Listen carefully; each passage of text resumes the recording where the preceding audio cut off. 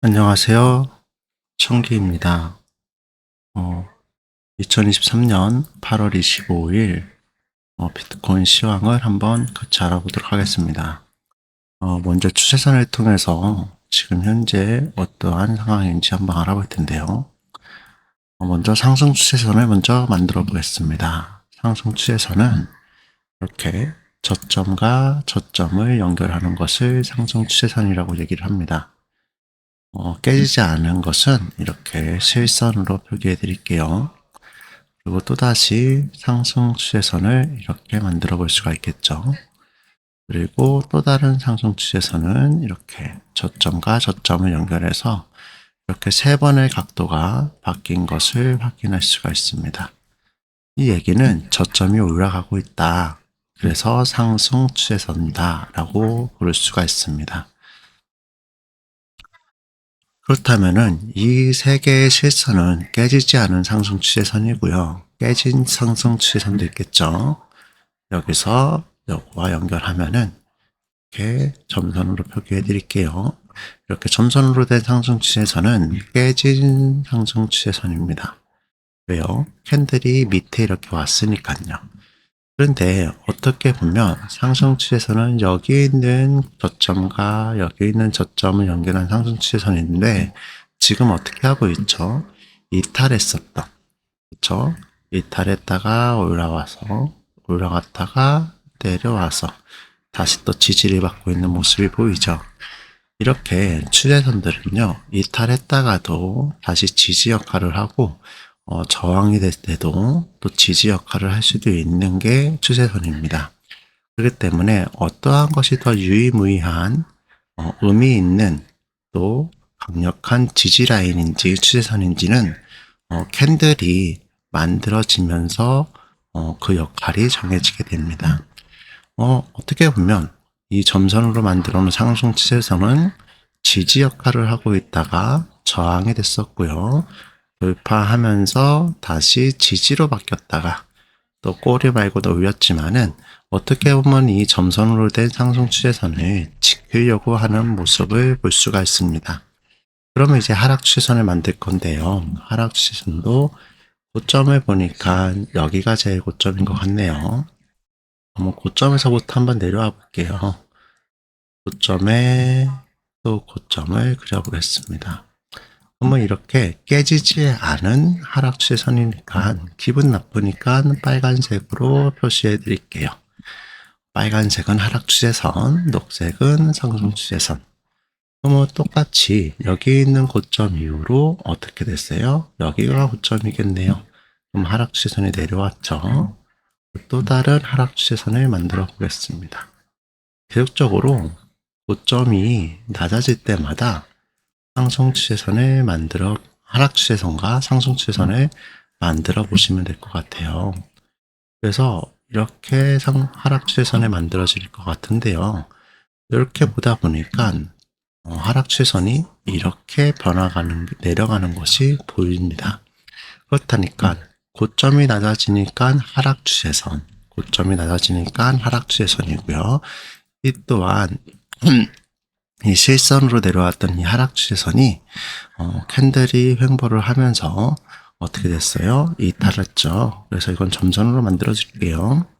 그 다음에는 여기가 고점이 되겠죠. 여기가 고점이 되는 이유는 나중에 또 말씀드릴게요.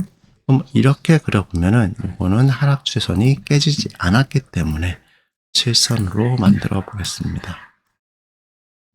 이렇게 하다 보면요. 또 하나가 있죠. 깨진 하락 추세선이 하나가 있어요. 여기요. 여기를 연결하면은 이렇게 하락 추세선을 또 하나 깨졌던 하락 추세선을 만날 수가 있습니다. 이렇게 해서 보니까 어떠한 것이 보이나요? 저는 추세선을 어떻게 하나의 기준점이 있으면 기준점에서부터 다음 저점, 다음 저점, 다음 저점 이렇게 만들고요. 하나의 고점이 있으면 또 다음 고점, 다음 고점, 다음 고점 이런 식으로 추세 라인을 그립니다. 이렇게 그리는 거 저희가 학창 시절 때 미술 시간에 많이 했어요. 어떤 거냐면 하나의 점이 있고요. 하나의 점이 있으면 이 두 개의 점을 기준으로 약간 입체적으로 그림을 그리는 경우가 있습니다. 어떤 거냐면 이렇게 한 점을 기준으로 선을 그리다 보면 요거를 입체적으로 만들 수가 있는 게 있어요. 어떤 걸 많이 했었냐면요. 하나의 점에서 바라보는 이러한 모습들을 그리는 연습들을 많이 했을 겁니다. 여기서 아래로 내려가면 같은 길이만큼 내려가고 이렇게 위에 있는 기울기대로 면 이렇게 입체형 박스를 만든 적이 있죠. 그래서 어떻게 보면은 하나의 기준점이 되는 저점과 하나의 고점이 있다라면 다음 고점이나 다음 접점으로 이렇게 선을 그리는 연습을 많이 했습니다. 제가 그리는 추세선의 방식은요. 하나의 저점이 있으면 이 시점을 기준으로 삼고 다음에 있는 저점이 나왔다라면 이렇게 이 기준에서 계속 파생시켜서 이렇게 연장시켜서 그림을 그리고 있습니다. 저는 이렇게 그리는데요. 추세선을 그릴 때는 저는 이렇게 사용하고 있습니다. 그렇기 때문에 고점이 만들어지면 여기를 기준으로 고점을 2개의 선이 내려갔죠. 또 여기를 기준으로 고점을 그리다 보니까 또 2개의 선이 내려갑니다. 이런 식으로 저는 추세선을 그릴 때 기준을 하나를 정한 다음에 그 기준점에서 다음 고점이나 다음 저점으로 연결하는 추세선을 그리고 있어요. 그래서 그림을 미술을 전공하셨거나 아니면 건축이나 인테리어를 하셨던 분들은 1점 혹은 2점 혹은 3점, 4점 이렇게 해서 투시도를 그리는 것을 하셨던 것들이 기억이 나실 겁니다. 투시도 그리는 거. 그래서 몇 개의 점을 기준으로 하느냐 하는 거죠. 그럼 이렇게 하다 보면은 어떻게 될까요? 빨간색 선과 초록색 선이 깨지지 않는다라면 이러한 삼각형의 삼각 수렴을 하고 있구나 라고 보실 수 있습니다. 그렇죠? 이렇게 기준이 되는 선들을 연결해서 교차하는 이 지점까지 하면은 지금 얘는 이렇게 삼각 수렴 안에서 움직이고 있어 라고 해서 하나의 삼각 수렴을 만들어 볼 수가 있는 거죠. 그렇다면은 이렇게 했을 때 상승 추세선과 하락 추세선은 상승 추세선은 저점과 저점만 연결하는 겁니까? 라고 물어보시는 분들이 계시죠. 아닙니다. 고점과 고점으로도 상승 추세선을 만들 수가 있어요. 그 얘기는 뭐냐면요. 여기가 고점이죠. 여기가 고점에서 이렇게 그리면 이렇게 그리거나 그러면 이것도 하나의 어떻게 해요? 여기 있는 고점이 올라갔잖아요. 그러면 이것은 상승 추세선이 됩니다. 그렇죠? 그러면 또다시 여기 있는 저점과 저점을 연결하면요. 이거는 무엇이 될까요? 초점이 내려갔잖아요. 그러면 이거는 하락 추세선이 됩니다. 그러면 이렇게 그리다 보면은 추세선을 그리는 게 그렇게 어렵지는 않습니다. 단지 추세선의 방향이 저점이 내려갔는지 아니면 저점이 올라갔는지에 따라서 올라가면 상승 추세선, 내려가면 하락 추세선입니다. 고점도 역시 마찬가지예요. 고점이 내려오면 하락 추세선, 고점이 올라가면 상승 추세선입니다. 그러면 추세선 그리는 게 그렇게 어렵지는 않습니다. 그러면 추세선을 그리는 이유가 뭘까요? 단순히 저희들은 고점이 올라가는지 저점이 내려가는지 얘가 올라가 있지 내려가는지를 확인하기 위해서 저희들은 추세선을 그립니다. 그럼 그 추세선을 그리고 저희가 트레이딩 하게 될 때 지금은 하락하는 추세야. 아니야, 지금은 상승하는 추세야. 라고를 확인하게 되죠. 그렇다는 얘기는 추세를 바로 알지 않으면 저희들은 큰일 납니다. 추세를 바로 알아야 됩니다. 추세를 똑바로 알기 위해서는 처음에 추세선을 그리는 걸 어떻게 하죠? 왜 저 사람들은 이렇게 추세선을 그리는지, 왜 저 사람들은 왜 저렇게 그리죠? 이렇게 하는데 추세선을 그리는 방식은 그렇게 어렵지가 않아요. 제가 그리는 게 정답은 아닙니다. 제가 그리는 건 정답은 아니고요. 이렇게 그리는 사람도 있다라는 정도만 알아주시면 될 것 같습니다. 그렇다면은 지금 현재 있는 상황은 보면은 저점을 올렸잖아요. 근데 여기를 기준으로 고점이 내려가고 있습니다. 그리고 여기를 기준으로 하면요. 고점이 올라가고 저점도 올라가고 있죠. 추세선을 그리는 기준점의 기준이 되는 곳이 바로 변곡이 되는 곳입니다. 뭐라고요? 추세선을 그리는 그 기준점이 변곡점이 됩니다. 그러면 이 기준선으로부터는 하락하던 저점이 올라가고 하락하던 고점이 올라가고 있습니다. 그러면 지금은 하락하는 추세가 멈추고 올라가는 중이죠. 그러면 이게 지속적으로 올라갈까요? 그것은 어떻게 해야 돼요? 추세선을 그리고 나다 보면은 또 다른 변곡이 또 다른 나옵니다. 지금은 여기를 기준으로 어떻게 해요? 여기를 기준으로 상승하고 있었어요. 근데 지금은 여기를 기준으로 고점이 내려오고 있죠. 그럼 어떻게 됐어요? 상승에 일단 끝나고 여기서는 하락할 수 있겠구나. 그러면 올라갔다가 내려오는 중이네. 그럼 내려온다라면 어디까지 내려올 수 있을까라는 것을 생각을 해보시고요.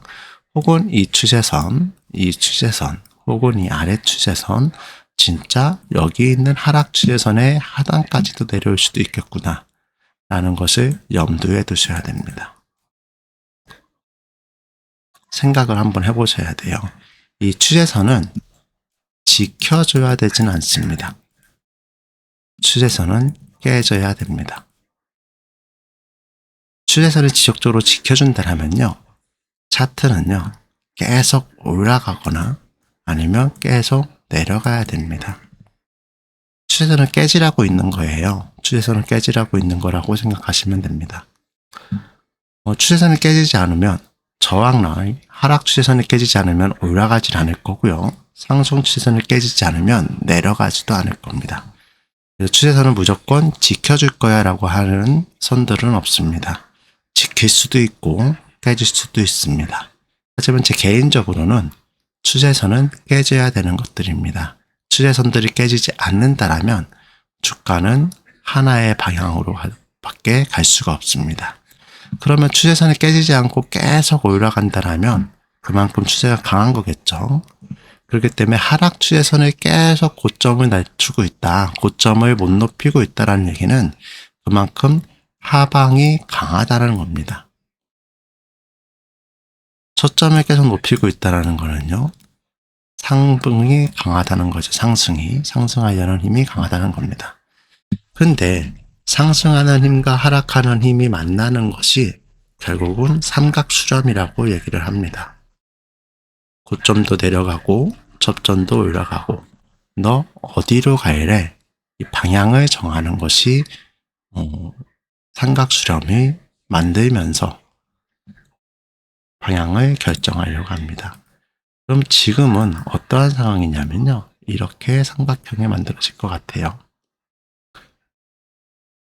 하락 추세선의 시작점 기준점과 상승 추세선이 만들어지는 기준점들을 연결해서 이 선들이 만나는 모서리를 이렇게 삼각형으로 만드는 것을 삼각수렴이라고 합니다.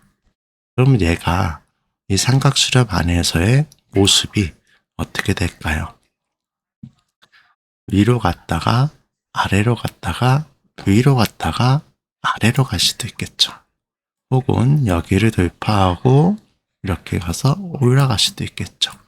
그럼 이 추세선들이 어떻게 보면 지지 라인이 될 수도 있고 저항 라인들이 될 수도 있는 것들입니다.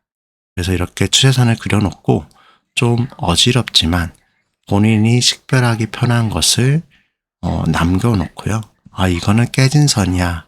아니야, 요거는 지켜주는 선이야. 라는 것들을 본인의 방식대로 표기를 해놓고 차트가 캔들이 만들어질 때마다 아, 이 선은 지켜줬네. 아, 이 선은 깨졌네.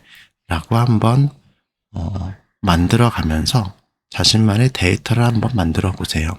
그럼 이 친구는 또 한 가지를 말씀을 드리면 아까 전에 낮에 26, 4.9 라인을 지켜주면 상방으로 돌파를 해주면 올라갈 거고요. 여기에 4.9 라인이 있다라면 4.9 대충 이렇게 해볼게요. 이 라인을 돌파하지 못하면 추가적으로 하락할 수 있는 겁니다. 이게 왜 4.9입니까? 라고 물어보신다면은 나중에 알려드리도록 하겠습니다. 추세선만 그리고 추세선을 그리고 이 많은 추세선들로 가지고도 차트를 분석하는 데는 그리 어려움은 없습니다. 추세선은 어떻게 보면 기술적 분석을 하기 위한 가장 기초적인 단계입니다. 기본에 충실하다 보면 먼저 기본을 깨우쳐야지 또 다른 매매법이라든지 분석하는 방법들을 배우게 되겠죠. 제일 중요한 거는 추세를 똑바로 알자 합니다. 추세를 거스르는 매매는 되게 힘든 매매예요. 본인들의 시드가 사라집니다. 그래서 추세를 똑바로 아는 게 제일 급선무이기 때문에 많은 추세선들을 그려보십시오. 내가 돈을 많이 벌고 싶다. 그러면 추세선들을 많이 그려보십시오. 정말 안 보이는 데까지요. 여기서 추세선을 더 그린다면요. 엄청 많이 그릴 수가 있습니다. 여기를 기준으로 요것도 상승 추세선인데 깨졌죠. 그렇죠. 또 어떻게 된다고 그랬어요? 기준점이 있으면 또 다른 저점이 나왔다면 요것도 상승 추세선입니다. 근데 다 깨졌잖아요. 그러니까 이렇게 놓고 하니까 어떻게 돼요? 지지를 받고 있다가 이탈하니까 리테스트하고 내려막죠. 그렇죠? 그런데 올라갔는데 어떻게 돼요? 또 리테스트를 하고 또 내려오죠. 추세선은 본인이 만든 추세선들이 사라지는 게 아닙니다. 과거에서부터 시작한 이 추세선은요, 현재까지도 영향을 줍니다.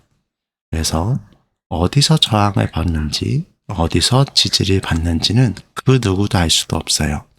근데 이거는 자신들이 만들어 놓은 추세선이 나중에 그리다 보면, 이 추세선에서 혹시라도 반등할 수 있지 않을까? 혹시라도 저항을 만들 수 있지 않을까라는 것은 많이 그려보다 보면은 조금은 깨우치게 되실 겁니다.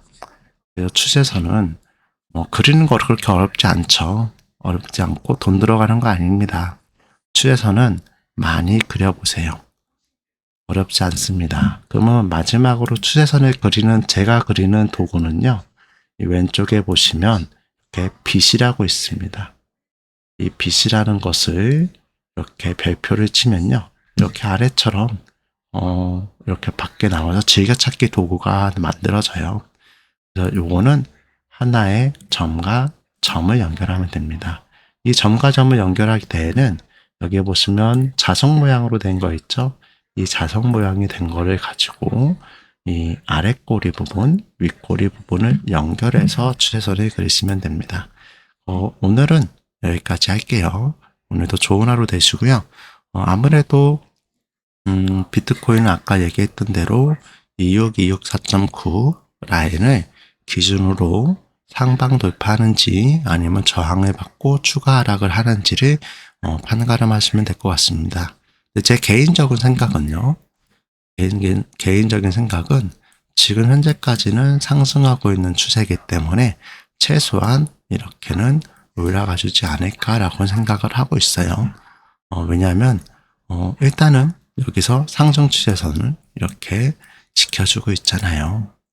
그래서 조금은 올라가는데 2626 4.9 이 라인을 돌파를 하는지 못하는지가 제일 중요할 것 같습니다. 오늘은 금요일이니까 좋은 시간 보내시고요.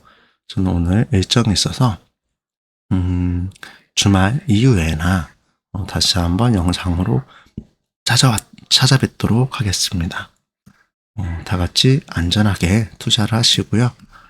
추세선에 대해서 궁금한 게 생기신다면 댓글 남겨주시거나 아니면 다음 편에 더 자세하게 추세선에 대해서 다시 한번 영상을 남기도록 하겠습니다.